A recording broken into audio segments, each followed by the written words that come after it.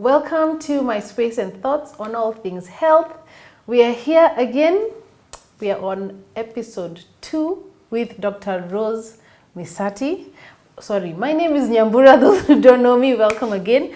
We are back with Dr. Rose Misati. She is a parenting and relationships coach, and she has a number of years under her belt. She's done it for so long. In fact, her introduction is longer. If you go see the first episode, to give you exactly all that she does. So today we are here and we'd like to discuss on healthy relationships, but on the family aspect, because that's where we all begin. We're all born into a family.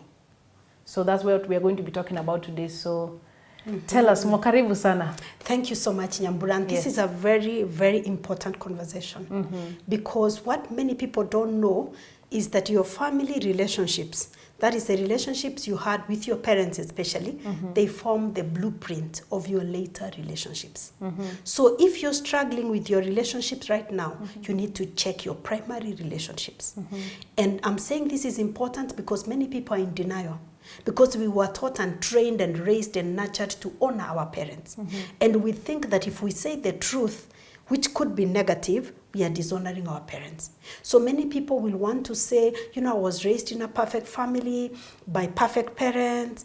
And yet, even the first family for Christians in the Garden of Eden was not perfect.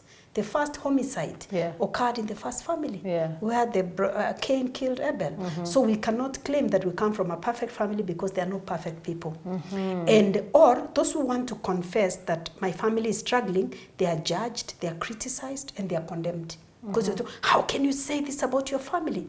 So you struggle alone, you suffer alone because you don't think anybody can identify that everybody's family is fine. When we are all playing outside, nobody says their parents are arguing in the bedroom. Exactly. So you feel shame. You feel shame because you're told maneno ya familia ibaki kwa familia. Things of the family, they remain there. So that is why it's very important for us to discuss healthy relationships with your family. So you must acknowledge that I didn't come from a healthy family. All of us without exception must heal from something, from our family. We must heal from something. Really? Is it? Yes. Everybody has something broken. Everybody has something broken. It's about the extent maybe and the dimension that it takes. But the issue is all of us come from dysfunctional families. So we need to heal. So we need to acknowledge the patterns from our own family. What did you witness? Was it lying? Was it alcoholism? Sorry. What was it about? Once you acknowledge, then you purpose to forgive your parents because they did what they did with what they had. When we know better, we do better. So you forgive them, acknowledge the good things in the way in which they raised you, and for those that didn't work, forgive them unconditionally. If there are things you can talk about, you can talk about them. There are certain things that I've tried to have a conversation with my mom, but she finds it very funny. Like some things I think I was abused, but she just does not understand how does that become abuse. Okay? Could you give an example? Yes, let me give one that is very intimate. I went through female genital mutilation. Oh no, sorry. Yes, I've shared it in another public platform, and I think anybody from my community who is my age or older, they can relate. I can tell you, like but 90%, they'll not say they have gone through they will not say because there's a lot of shame and stigma. So for me, I don't feel ashamed because it was done to me. I was about 9-10 years. I was a child, and you know what? We must speak. So when you speak up to her, she thinks everybody went through it. So what's the problem? And it was in the best interest because it was meant to control your sexual desires so that you can remain pure until you get married. And so that you can be marriageable. So she's not getting, how does that become abuse? So we used to discuss with my sister and feel very bitter. So when I told her that I'm feeling so bad, I had to go through FGM, and she laughed because for her that was an act of love. Yeah, so you see, in that case, I forgave her because, again, she didn't know any better, unconditionally. And I realized, I cannot get an apology from her because she doesn't really get it. How does it become an atrocity? How does it become a problem? My grandparents went through it. She went through it. It's normal. Everybody, in fact, how she feels now when we are raising daughters and we are not taking them through, she thinks we don't love them enough. Why are you not doing this? So that was a very intimate one now. So that is the example that I was saying. Yours may not be like that one of mine, and I know for many people, but then I'm saying when you acknowledge that there are areas in which you realize the way your parents raised you was not the best. Maybe you were beaten senseless without an explanation. Yeah. Sometimes you just find slaps are landing on you. What have I done? What have I done? Then even when you hear, sometimes it's not you who has done it. Or if you did it, you wonder, did it warrant such slaps? So you forgive them. And once you forgive them, you may work on reconciliation if probably the relationship is not so good. However, for some family members, reconciliation may not happen, and that's okay. And that's okay. Yes, some family members may be abusive. So if you expose yourself to them, they continue abusing you. Yes. So you can actually forgive them and release them unconditionally and maintain a healthy distance, where you are praying for them. If they need support, maybe if it's aging parents who need medical care, food, shelter, clothing, you provide. From far. Yes, from far. So you don't keep re-traumatizing yourself by exposing yourself over and over again to members who may be abusive. Okay? I know we all have a fantasy. We all have a fantasy of this happily ever after. The movies showed us happy us. family, big happy family. But then we need to accept that that is the ideal. But then the reality could be different. And why is this important? It's important because if you don't, you're going to replicate these patterns in your relationships. If it's patterns of being rejected, you may end up sabotaging your relationship, so you keep on going through rejection over and over again. If you're angry at your parents, you end up being angry at authority figures or angry at your partners. Because, you become like a minefield. You're like a walking minefield. Somebody walks, they step on something and you explode, and they're like, what was that about? Simply because you have not released the toxicity, the pain, the anger, bitterness that you experienced as a child. So it's very, very important for you to forgive. And for most of us, we may need somebody to walk us through the journey, because sometimes it's very painful and sometimes even very messy. You need a sounding board. You need somebody to hold you and tell you, keep going, keep going, keep going. And sometimes maybe you're coming from a family whereby most people are wounded in that family because you went through the same system, the same upbringing. You can start. Yeah.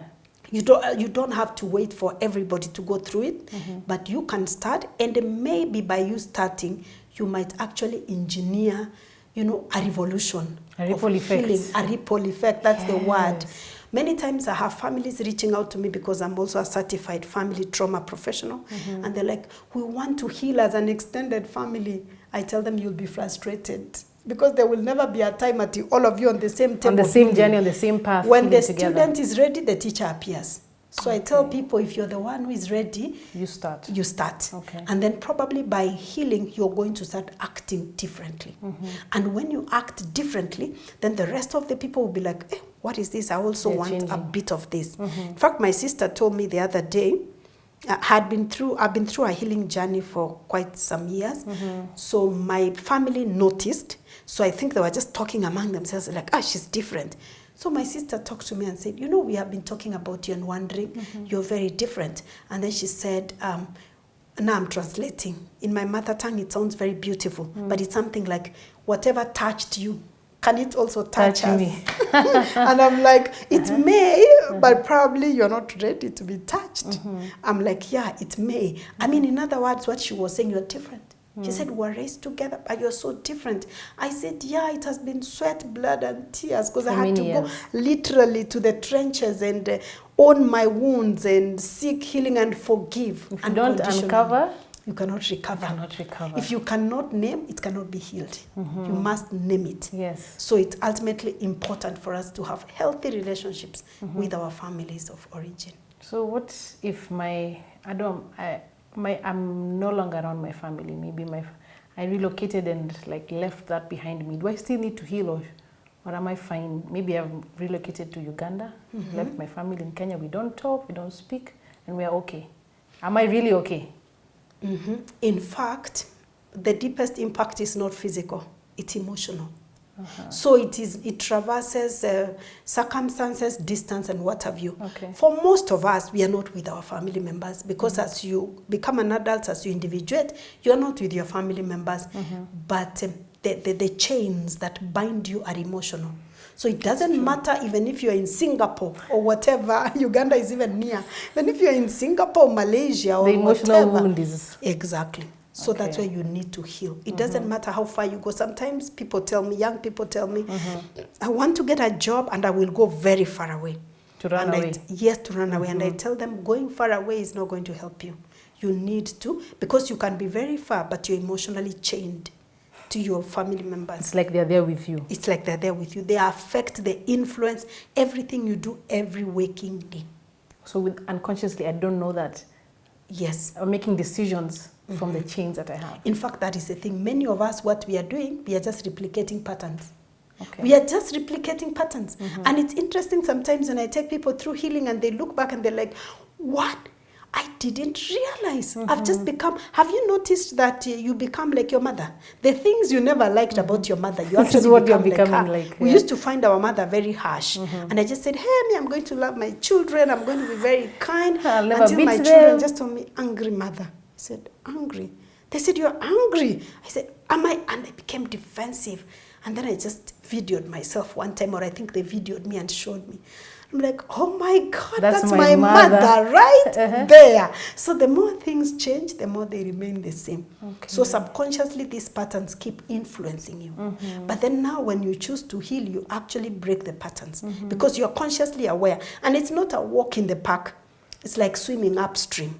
You know, you're like swimming upstream because you're used to a default setting. Yes. Because you just respond this way. Or run away from the whole situation. Run away, avoidance. And one of the things I have noticed, especially people of African descent, I've realized that we are so challenged in communication. Because that is the one thing that I help people communicate. And let me tell you, communication makes any problem much better.